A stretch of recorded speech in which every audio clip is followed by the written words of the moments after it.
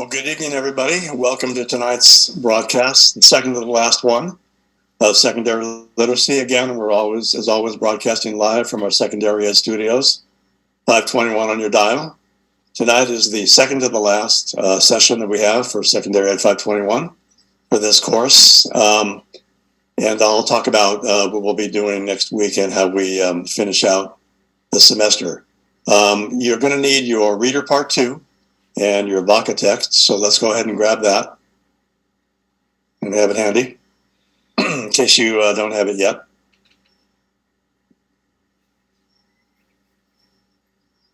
And let me invite everybody into the room. We have a few people that are still not with us yet. Hopefully they will be here shortly.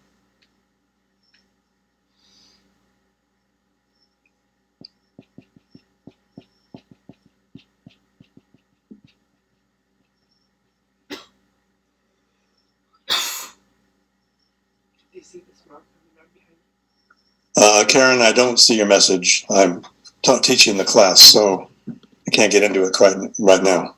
I see what you wrote, though, just there, but I don't see the rest of the message. Okay, so a couple of announcements to consider. As I said, next week is our last class. We don't have a final exam.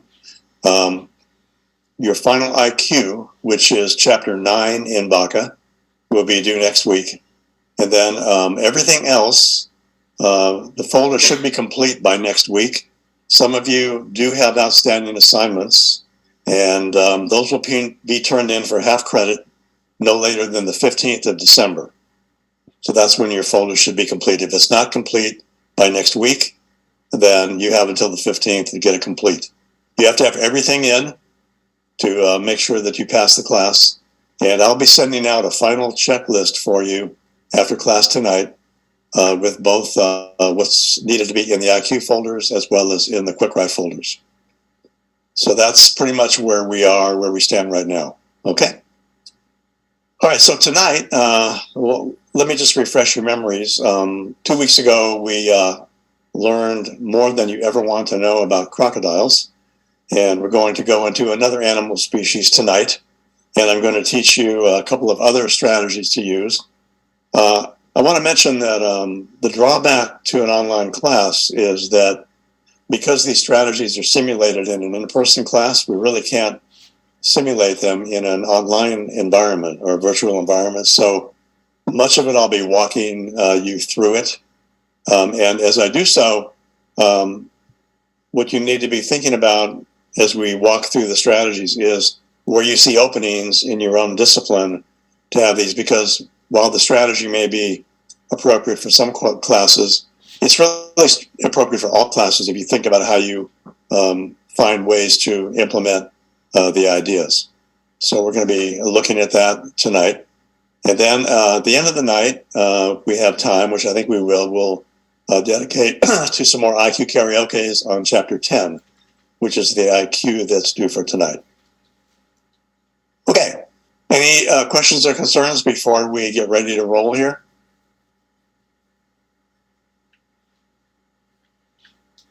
Okay. Let's get the party started.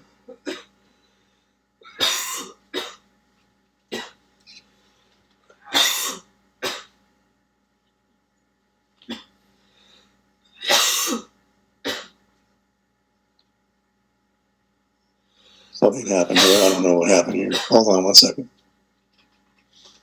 I'm having a technical problem.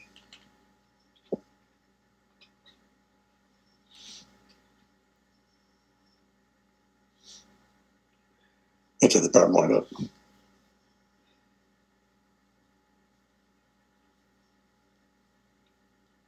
Hang tight, folks.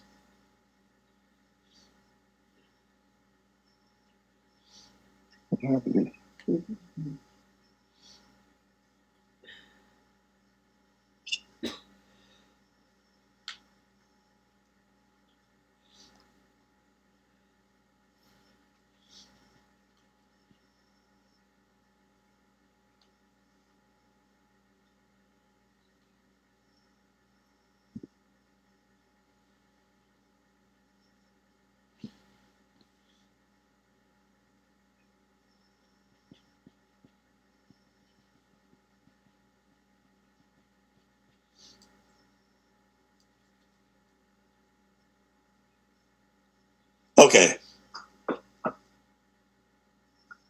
I think we're good to go. Sorry about that. A little technical difficulty. Welcome to technology, right? Okay, we'll start with our usual, just take a minute and decompress here. And just take a second and do a little bit of breathing exercises to get us relaxed.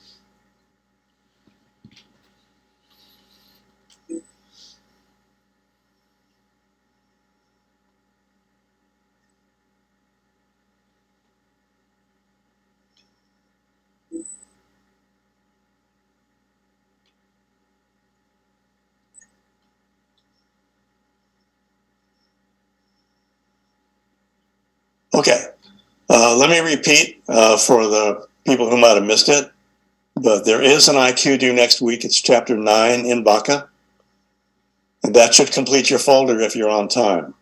This week we did 10, next week will be 9.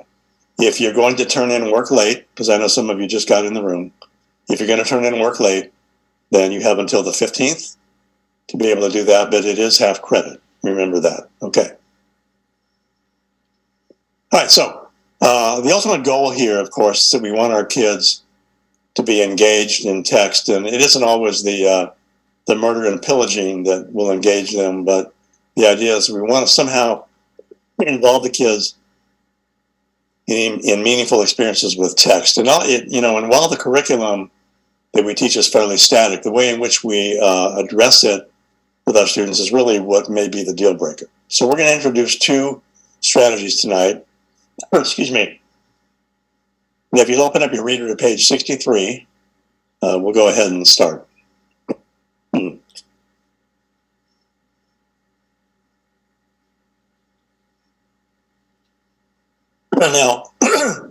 in the model that we're addressing, we're using the domains of interaction as our underpinning of the ideas here. And where we're into now is the notion of cognitive strategies.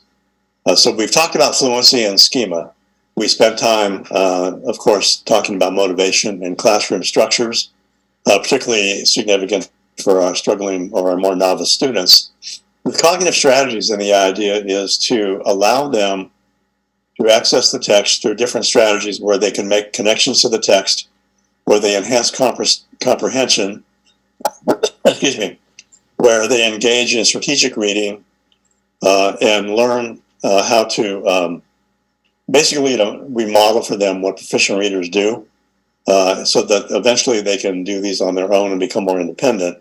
And part of that, of course, is engaging in fix-up strategies or knowing what to do when you're experiencing cognitive failure, as we call it. And the next week, we'll be finishing this part out with the reading-writing connection, or the writing to learn.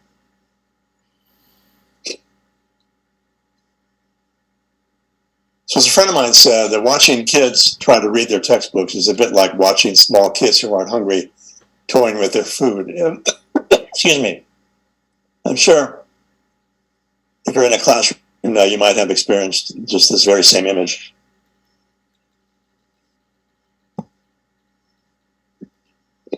So again, going to the 4 operational parts of a lesson that we brought in last time, just to review, we talk about one stage is accessing prior knowledge, and we use various strategies to do so, including anticipation guides, visuals, pre-teaching vocabulary, etc., etc.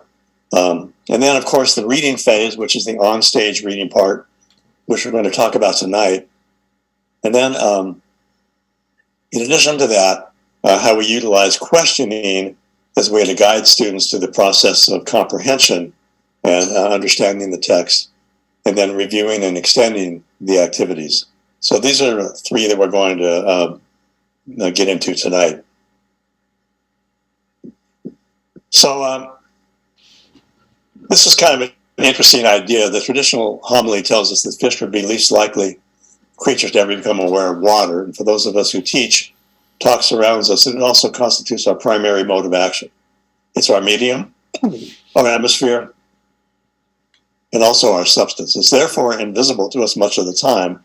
Because talk is invisible to us, we rarely treat it as a matter of deliberate concern for teaching and learning. Now, excuse me, one thing we know is that kids do like to talk, as the song says, we might as well give them something to talk about. And that's part of the idea when we talk about cognitive strategies such as the directed reading sequence. So if you turn to page 64,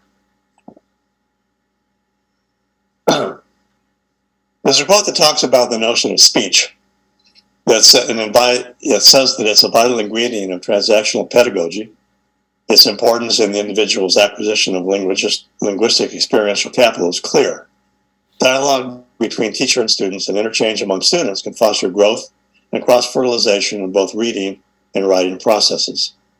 Such discussion can help students develop insights concerning transactions with texts, as well as metalinguistic understanding of skills and conventions in meaningful context. So their language development occurs simultaneously along with their understanding of the content, which is why discussion is such a critical tool. But we know that oftentimes, and some of you who are student teaching may attest to this, that pulling commentary or questions out of students can be somewhat challenging. Would you agree with that?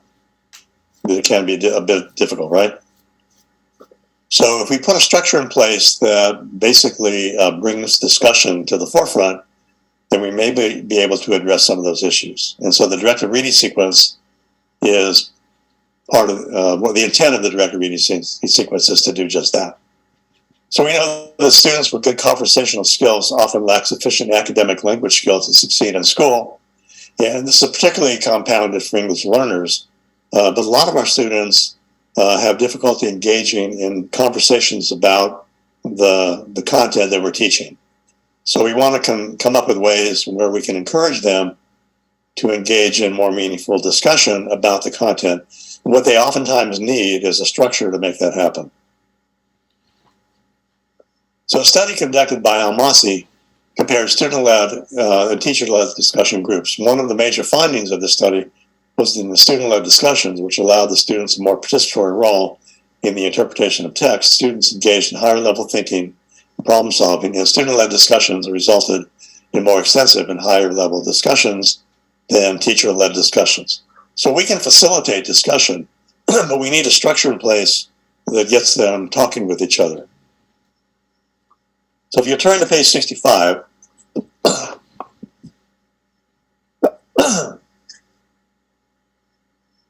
you'll see some of the constructs of something called the directed reading sequence. And it works in the way that mimics what proficient readers tend to do. It also parallels some of the thinking behind the quick write.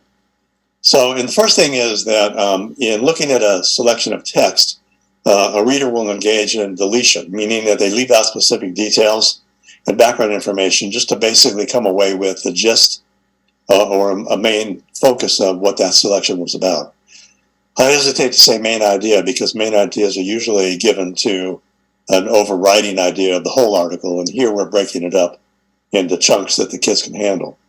And then following that, there's a generalization that where the ideas, once the ideas are generated, then a substitute sentence then pulls the information together. So it's sort of a process of deconstructing the text and then reconstructing it in a way that then constructs another representation. And that's the third part, which may include some higher level thinking processes as well, and not just the literal retelling of the text. So these are the parts that we're trying to mimic with the directed reading sequence. And again, discussions will keep more students involved in the task, unlike this student here, whom some of you might have seen in your own classrooms from time to time. Anybody seen this young lady? Yeah. So the other parts of discussions that can be powerful is that they help students develop what Slavin calls social connectedness. Engaging students in cooperative learning groups that can emphasize discussion and interaction has been found to have positive effects on interracial friendships and interracial attitudes.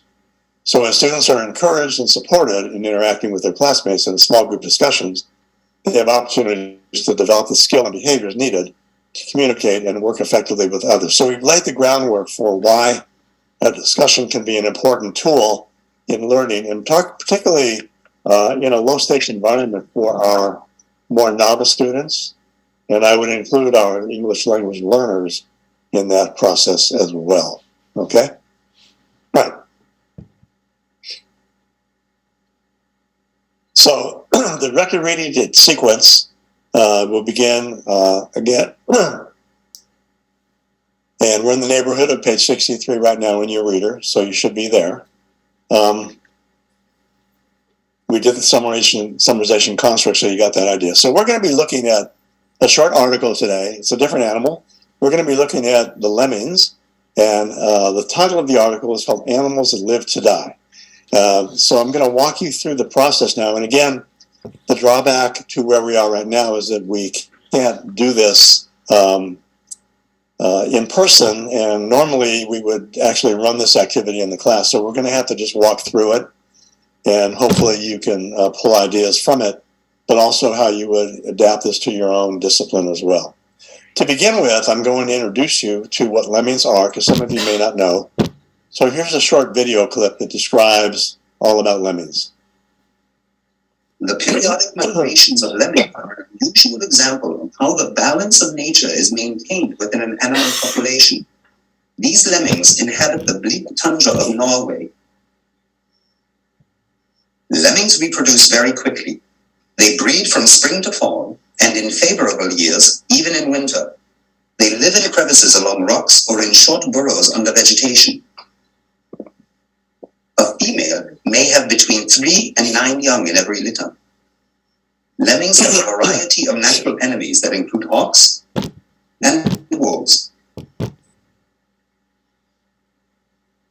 During normal periods, lemmings make short, annual spring migrations in search of food and shelter.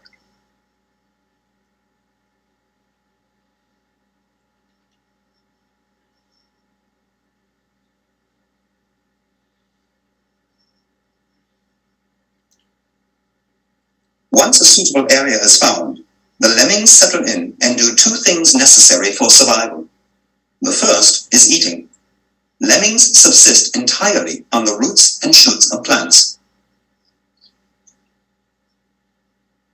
The second thing lemmings do is reproduce. As more and more individuals are born, the food and water supply begins to diminish. Every 3 to 4 years, the populations in some localities grow to great densities. In response to this overcrowding, lemmings exhibit a very specialized behavior. Individuals begin to migrate away from the centers of dense population. They group together and move in detectable waves across the countryside. Wherever barriers block their passage, they tend to crowd in increasing numbers until a sort of panic reaction drives them over the obstacles. The migration impulse affects each individual, driving them to keep moving. If a stream or river interrupts their path, they swim across. Many die during migration, perishing by predation, starvation, or accident. Occasionally, some reach the ocean and plunge in. Once again, they begin swimming. They act under the same impulse that forced them to cross smaller bodies of water. Swimming until exhausted, all of them drown. Through this migration and mass drowning, the number of lemmings is checked. Scientists do not yet completely understand how this behavior has continued over the centuries when so many of the emigrating lemmings die. Okay, a rather gripping saga, but again, that's Mother Nature, right? Okay, so this article that I'm sharing with you is actually taken from the LA Times quite a while ago, and we're going to work on it tonight using something called the directed reading sequence. So I'm going to show you a couple of things that we use here. So the first thing, and this is not in your reader, it'll be posted in Canvas after class tonight. This is called a squeeze sheet. And the squeeze sheet is what we use to make the notes on the directed reading sequence. Now, this is a collaborative activity, so when we simulate this, we do it in pods. You can do this individually too, but it seems to work much better in a discussion format. And in the directed reading sequence, there are 4 different roles that we use to break down the reading process. In other words, we're disaggregating the skills and having each student take one of the skill sets. So the first role is what we call a paraphrase. And I have little cards that I use to indicate the roles. And the paraphraser's job in the pod, after everybody reads the section or it's read to them, is to basically retell what was in that section of the text. And when I talk about a section of the text, it could be a paragraph, or depending upon your students, it could be a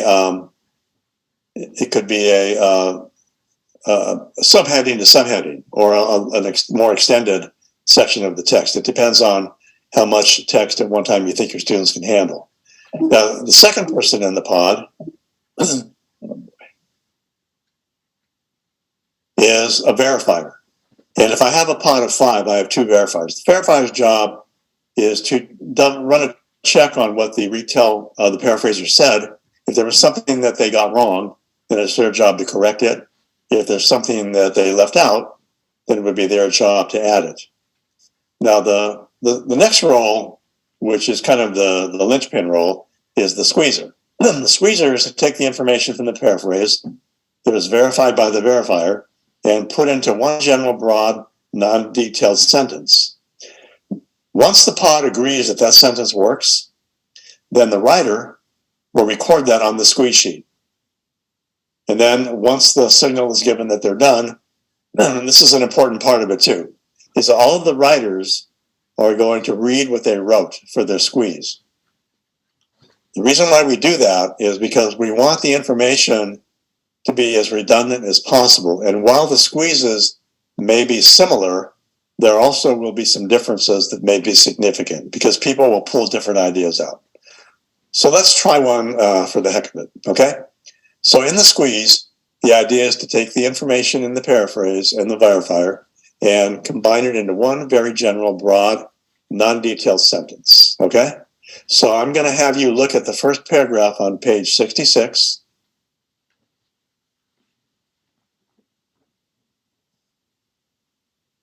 And we're going to try and squeeze, and we're going to just have everybody do this, okay? So find a blank sheet of paper, or even the back of page 65 will work, so you have your book with you. And we're going to take a look at the first paragraph. The first paragraph says, "You probably never heard of a lemming, and with good reason. This tiny furry creature lives in the frozen wastelands of the north, an environment for which he is admirably suited." So what I'd like you to do is to take this paragraph and squeeze it down to one very general, broad, non-detailed sentence. And then we'll share some ideas.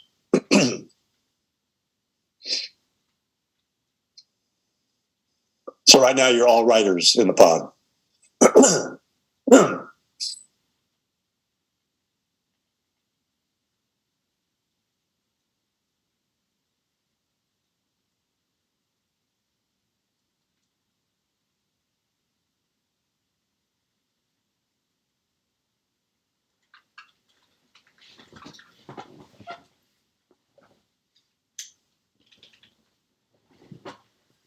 Okay, anybody have a squeeze?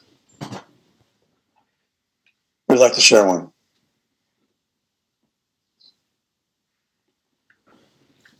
I could share. Okay, and then Mike.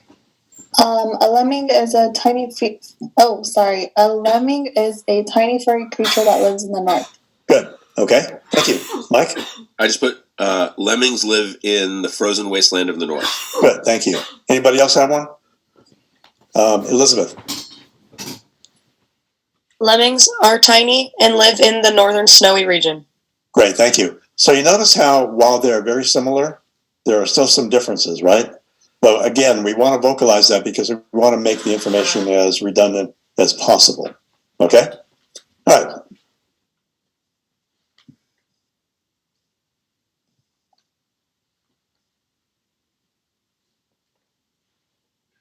So this might be an example of one. It's pretty close to what some of you had.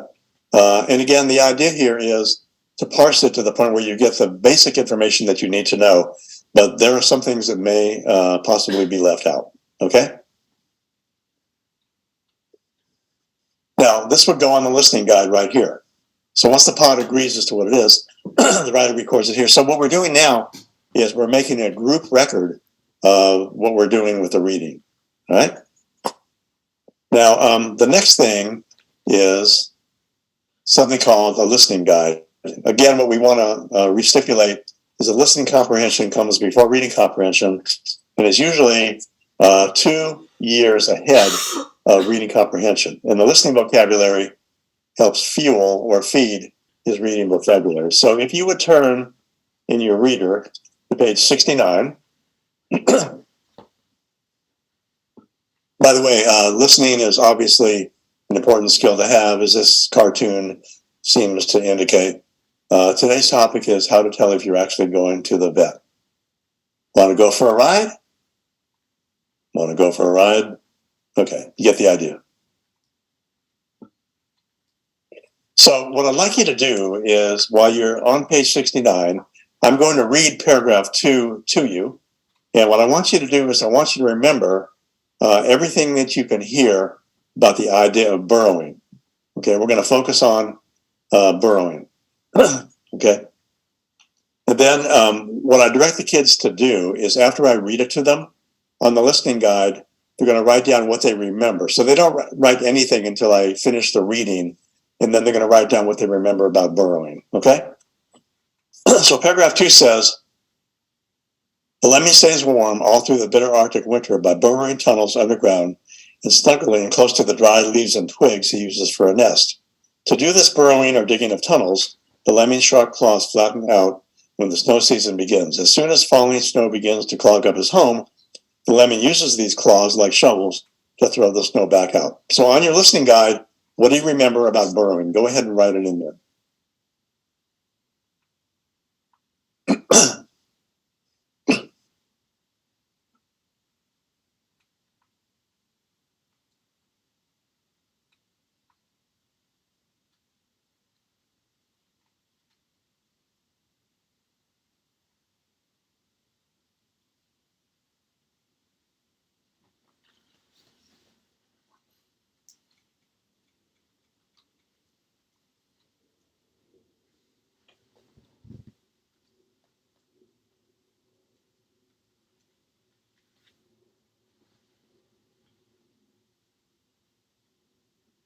Okay, who can tell me something you remember about burrowing? Malia? Malia? I got tunnels. Okay. Elizabeth? They lay next to dry leaves for warmth, and their claws flatten and are used like shovels to get rid of the snow in their hole. Good. Leah? I put their very sharp claws are used like shovels. Okay. Anybody else have something?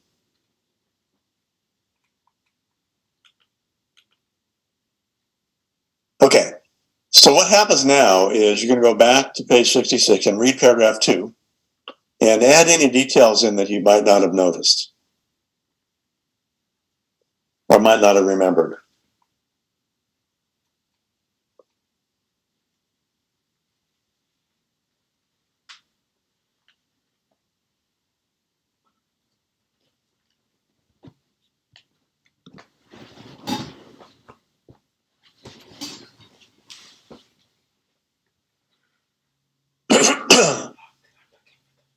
Now, obviously, you're finding things, right? You can't get it all, so you're gonna notice there's certain things. And so what we did is we started out doing an auditory preview, and then now you're going back through and reading it to pull out more details. Again, similarly to what we did with the crocodile in some aspects of it, we're providing a listening preview, an auditory preview, and then going back and reviewing it. And then what we're going to do is we're going to drop in, so we'll remember things like they burrow tunnels, sharp claws flatten out, they use their claws to dig, they nest in dried leaves, etc., etc. Okay? And then what we're going to do is drop in the directed reading sequence again, so that what happens is now the roles shift, the cards rotate once again. So we have a new paraphraser, a new verifier, a new squeezer, and a new writer. And then the writer, again, will record the squeeze, and then we'll articulate. So now that we've done a little bit more closer inspection of the text, now it should be a little bit easier to pull out a squeeze, and then the writer will record it. Okay, so that's how the process works. When we come in and out of the directed reading sequence as needed to do a listening guide or the variation as we choose. So, again, the paraphraser retells, the verifier checks, the squeezer puts the information into one general non-detailed sentence, and then the writer will record it. So for us, we're going to combine your roles as writer and squeezer. And I'd like you to take a look at paragraph 3. And I'm going to see if you can squeeze that and come up with a sentence. And again, I suggest just writing the squeeze on the back of page 65, since you have your book open with you.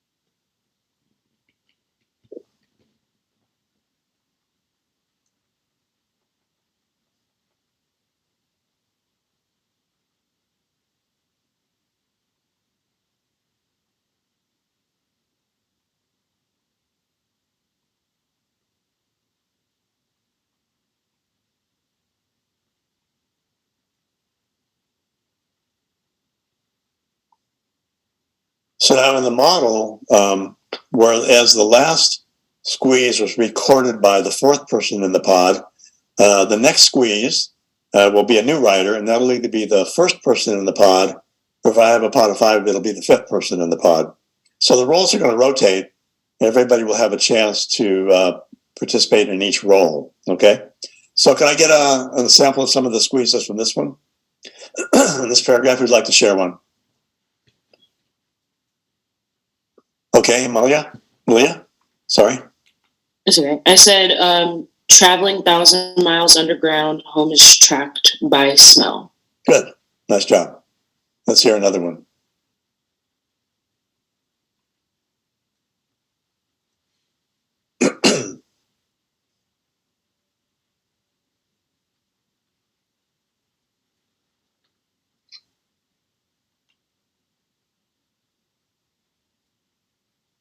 See, the other nice thing about this is that because you have the writers who are responding to what the pod came up with on the squeeze, it's not a matter of asking for volunteers. You simply go to the writers, so you know who is going to speak up, and they all know that they're going to have a turn. Excuse me. So can I get another squeeze? Anybody? Leah. Yes, I put a lemming moves sometimes for 1,000 miles underground, tracking his home using smell. Good. Okay. Thank you. And let's hear another one. We'd like to share one.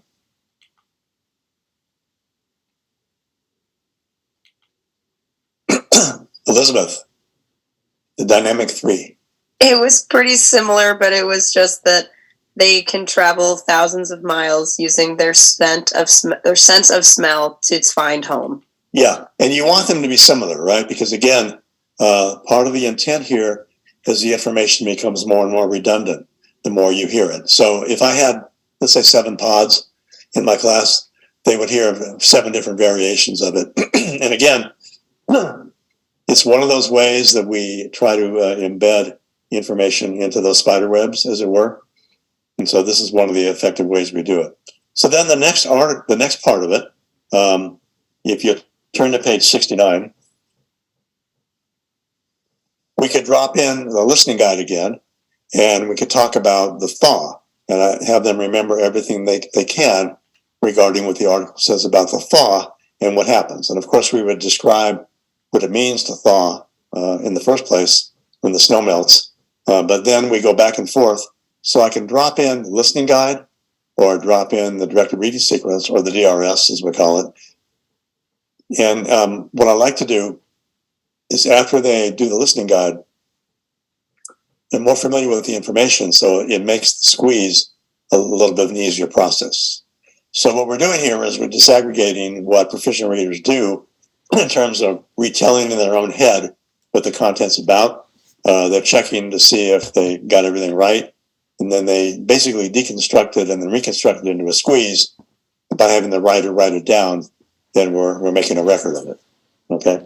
So that's what the directed reading sequence is about. And again, not being with you in live person, it would be much more concrete if we were able to do that, but we can't. But if you'll notice on page 70, there's an article that will describe the process for you. And again, this can be done with a whole class, or it can be done in a pod structure, or even in a think, pair, share, if you want to work it that way. But the process is what's important to consider. And I have a math version of it as well that I'll share a little bit later too. It's just a little slightly different process, but it's a discussion that's meta to the content, but it gets them into the content. Okay, any questions on the directed reading sequence for now? So this continues. And again, if I want to drop in other strategies, such as we did with the crocodile, whether it's an embedded question or a reading request, then I can always do that as well. Okay, so you have some options here. But the trick here is that it isn't always the content that will generate the interest. It's how we address the content that will increase students' motivation and participation. And that's really what we're after here. Okay, also, what I need to have you do before we go on is to just take a couple minutes and finish reading the article on your own so that we can get to the next part. Okay, so just go ahead and take a minute and read from pages 66 to 68.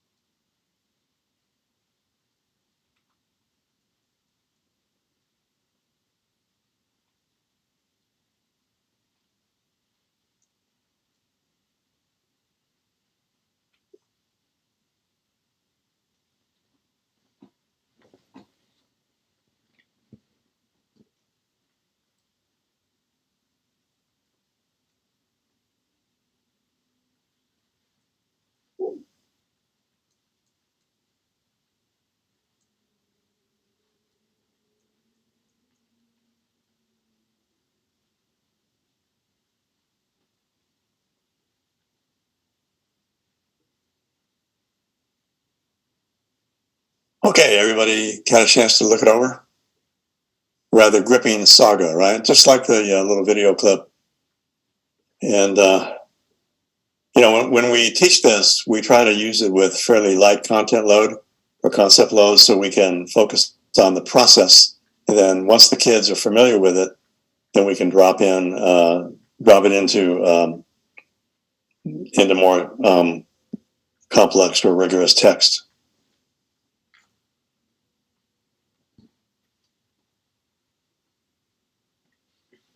I did find some interesting information about, because the question comes up, how do they ever survive, right? So I did find a little bit of research that kind of shed some light on it. Maybe they've actually made an adaptation that bears more looking into. And then, occasionally they network too, right?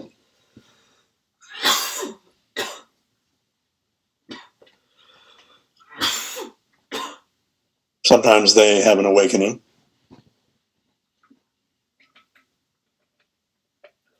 And sometimes there are dissenters who may turn around and go the other way.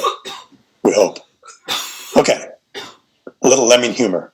Interesting. When I did this with a 6th grade group, they got so into the idea they actually created a lemming newsletter as one of their projects. And it was funny because when they asked me what the title of it should be, of course the name I came up with was what else? The Lemming Ledger. Okay, so that seemed to work pretty well. A little lemming humor there for us. Okay. So when we talk about the levels of comprehension, we've noticed before that there was discussion as early as chapter 1 in Vaka about levels of comprehension. And we talk about the literal or textually explicit right there on the page questions. We talk about the inference or inferential questions, which are textually implicit.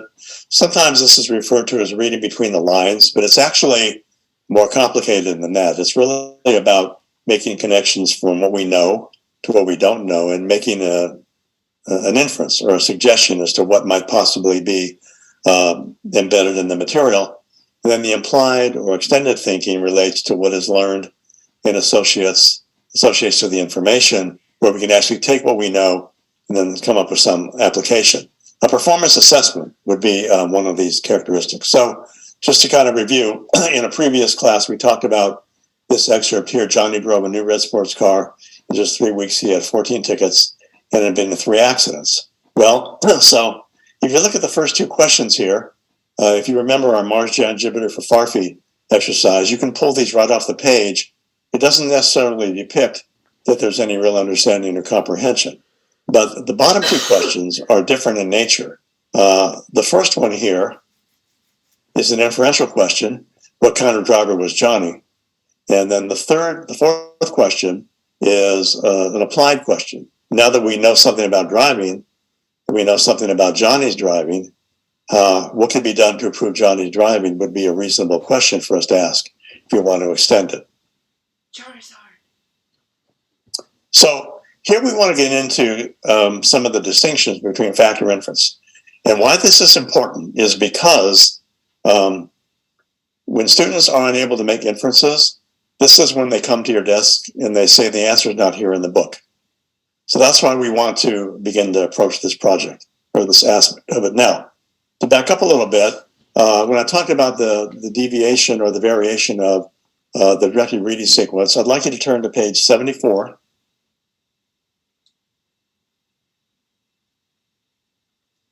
And this is an adaptation we did on the directed reading sequence for math. It's called a Math Museum. And what we did is we took math problems of various types, word problems or different kinds of problems, and we had the students walk around in either pairs or pods, and they would go to the exhibits that were around the room, usually put on chart paper, although they can be put on, 8.5 by 11 too, just taped to the wall. And the kids would respond to the question, and the question could be something such as solving a problem, or it could be something as digesting a word problem and analyzing the prompt in the word problem, or it could be a problem where the answer was given and they had to justify why the answer was given. And then what we did is we had the kids walk around. We assigned point totals to the different problems based upon degree of difficulty. For instance, we might have something as simple as, although it's not that simple, how would you explain why 2 plus 2 is always 4? Okay, just to get them to do some logical thinking around math. Simple thing, but it's a little bit different in terms of what we ask them to do to really think about it. And then for the actual process, on page 75, you'll see what's called the WOE. In the WOE, we ask the pod to, first of all, determine what the problem is asking. And then how can I use what I already know to solve the problem? So what kinds of things do we know that we can bring to helping to solve the problem? The best way to organize the information. And what are the applications I'll need to use, such as addition, subtraction, multiplication, division. It could be factoring or any other component that you need to add, and then have them work through it as a pod. And then they'll determine whether the answer is correct in the ensuing process. So this is just a variation, again, trying to introduce some math discussion into the process.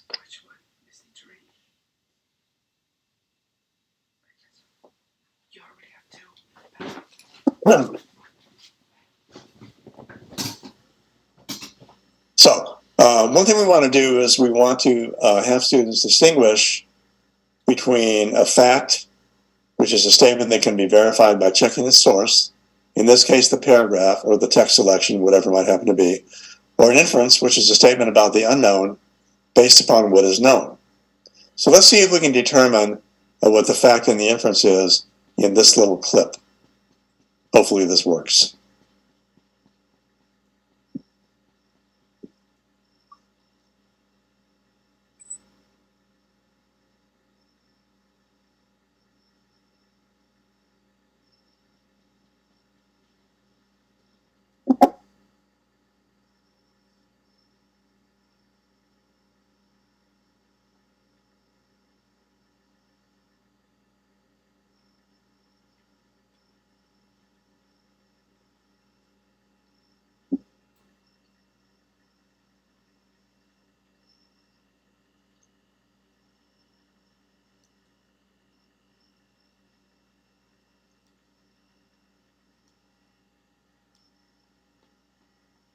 So what was the inference? Elizabeth? That the car didn't have anyone driving it and was just rolling down the road. Right. And of course the fact was that some guys were pushing it probably to go get it in service because it had broken down. But so again, the same type of idea. We generate inferences and we try to distinguish inferences from facts. So here's a little story on page 77 that I'd like you to take a look at. This is called Brown's History Class. And in the story listed here, you'll see a short paragraph. What I'd like you to do is take a minute and respond to the statements below. And let's just do 1 through 9. What I'd like you to do is to look these over after you read the story and determine which of these statements is a fact and which of these statements is an inference. And then we'll do a little sharing to see if we can reach a consensus. And again, you'll find this on page 77.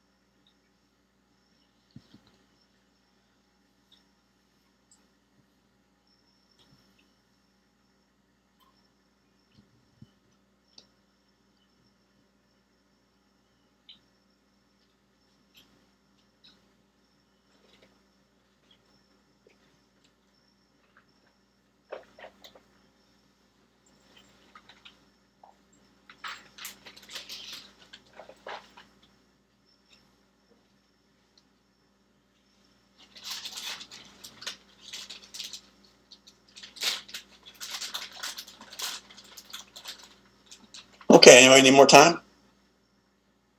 Okay. What I'm going to do now is put you into a breakout group, and I want to see if you can reach a consensus based upon your group discussion. Okay? So we'll see what happens here.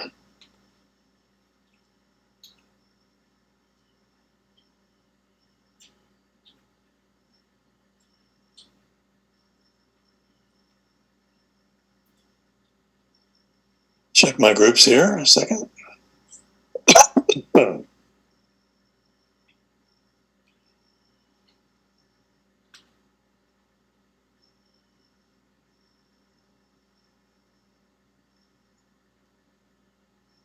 Okay. So when you get to your breakout group, again, I'm going to ask you if you'll share your screen out of respect for your breakout group mates, and then see if you can reach a consensus of which of these are facts and which of these are inferences. Okay? And then I'll call you back in a few minutes, and then we'll share what you came up with. All right? Hold on to your seats. Away you go.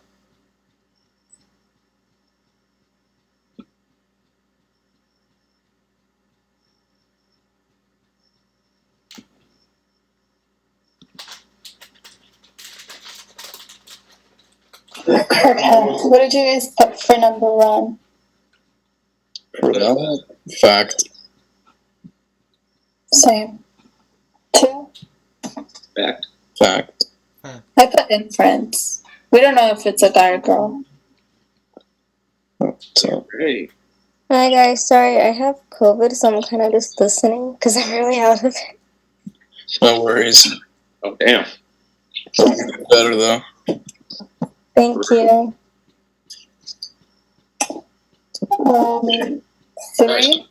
Oh, okay, 3. I put fact. So, 4 I put inference. For number 4? Well, have you reached a consensus on 3? Sounds like there's a difference of opinion. 3 I put fact. Oh, I thought somebody. Anybody put inference?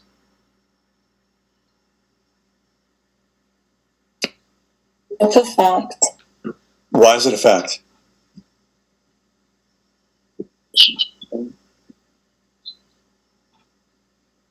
So, when Smith had not shown up for his exam, And we're talking about number 3, right?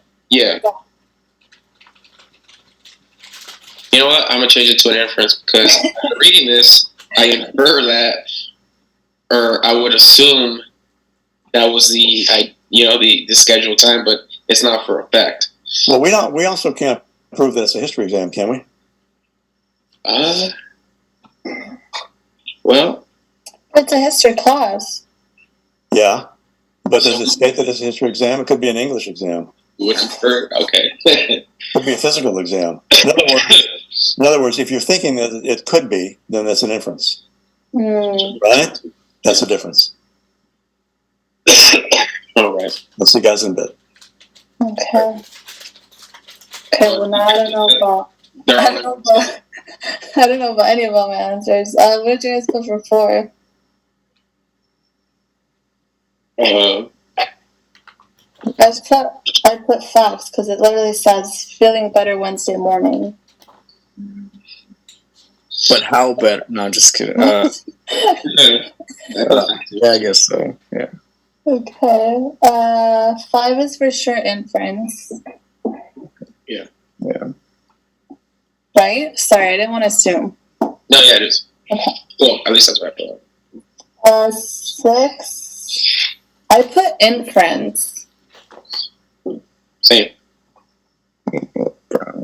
Did you put fact? No. Okay. 7. I put inference. Oh. What did you put fact? Did you miss the history exam?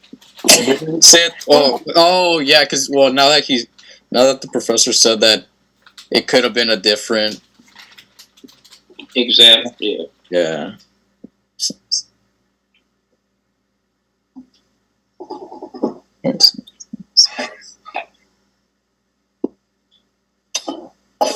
A, I put inference.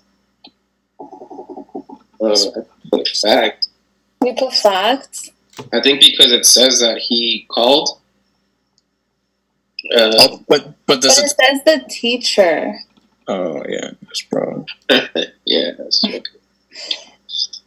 Inferences. I'm not sure. Smith might be sicking. Oh, and I don't think it also says what day he called. Doesn't it? No. No, I think it does. It says it like right before the Oh, Wednesday evening? oh yeah, yeah. Well, we would infer that that's when he called, right? Wednesday evening being the time he was supposed to do the test. Yeah. Okay, got You could have called the next day, next morning. Nah. No one was at Smith's house. And then 9, no one was at Smith's house to answer the phone or answer the teacher's call. Inference? Inference, yeah. everything's an inference. Righty fact. Paragraph. I guess we could say Smith came down with the flu on Tuesday. For sure. It's like the only thing we're sure about.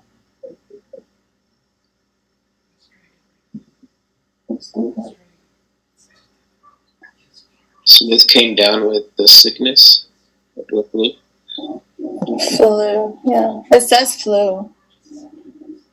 And I was just referencing a song. I didn't think anybody caught it. I caught it, but I didn't want to say it. Sorry. You know, it's crazy. Not that anybody cares. I got the flu on Thanksgiving Day. Still have it. Actually got pneumonia. It's crazy. Dang. Yeah. You're the second person I know. Or I guess I don't know you, but like that I've heard. Yeah. So. And now we're inferring that we know each other. For real, dude. And that's a fact. I am sick. We're all slowly just dying at this point. The fact that 2 out of 5 people in this room are sick. No, it's an inference. You want me to go put a mask on her? Okay. Luis, are you sick? Luckily, I had COVID 2 months ago for 3 weeks, and I had lost my taste for a month and 2 week-ish. You lost your face? Sorry, my taste. The taste, my bad. I'm tired right now.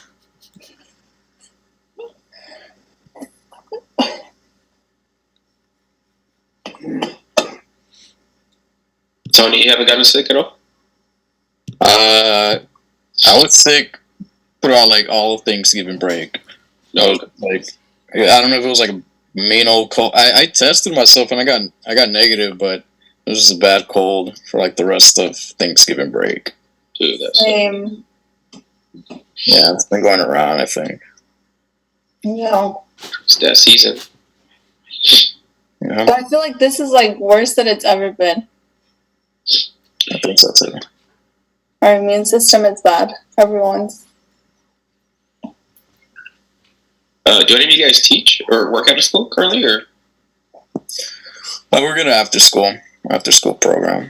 But at school, yeah. Oh, that's cool. That's cool. For what school? It's Woodland Hills Academy.